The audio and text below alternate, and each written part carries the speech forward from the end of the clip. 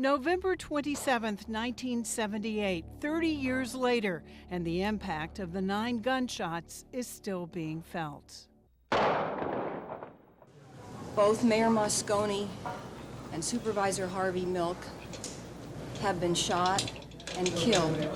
And I took a look at me making that announcement, and I saw the eyes, and I thought, and I heard my voice, and I recognized for the first time I was in a state of shock. I remember it actually as if it were yesterday, and it was one of the hardest moments, if not the hardest moment of my life. It didn't seem to fit. Dan White, 32, the all-American boy, supervisor, former firefighter, police officer, now a killer. As Board of Supervisors president, Dianne Feinstein was a political mentor to White. But before the killings, while White was unraveling, Feinstein was out of the country. And because of that, she continues to carry a heavy burden. This was my first day back at work. And I still believe that if I could have been there for that 3 weeks, I could have stopped it.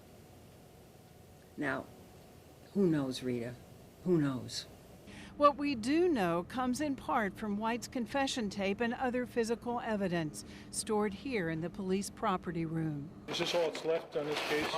I got a rare look 20 years ago at what was left of the evidence in the case that changed San Francisco and its politics, with the police inspector who investigated the murder case, Frank Falzon. There were so many people that suffered such direct hurts.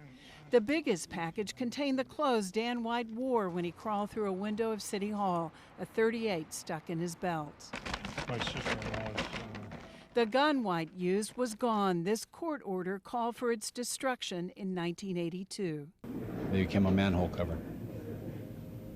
This is the original letter White sent the mayor 3 weeks earlier, resigning from the Board of Supervisors, saying he couldn't support his family on $9,600 a year. He changed his mind and asked for his job back. After Mayor George Moscone told White he was appointing someone else, he led the distraught White into this private room. Here, Moscone poured 2 drinks from these bottles of liquor into these glasses. Then Moscone lit this cigarette as he tried to calm White, asking about his wife and son. It was just like a roaring in my ears. And then it just came to me, and then that was it. Then I just shot him. When Moscone's body was found, the cigarette was still burning.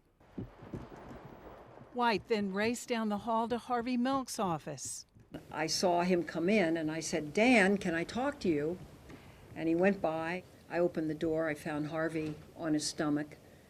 I tried to get a pulse and put my finger through a bullet hole. He was clearly dead.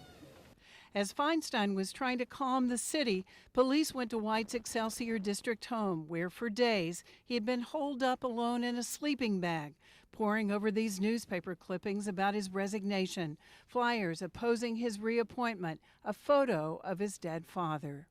Dan White wasn't able to handle it. My opinion, he never belonged in City Hall. White's defense attorney says Dan White was a sick man and revealed his wife made him see a psychiatrist just a few weeks before he killed himself. As I recall, he had started medication for depression weeks before. That may have lifted him enough so that he had the energy to take steps to end his own life. Doug Schmidt believes the medication caused White to finally see clearly what he'd done, and he couldn't live with it. On October 21st, 1985, he turned his car into a gas chamber in the garage of his home and sentenced himself to death. Rita Williams, KTVU, Channel 2 News.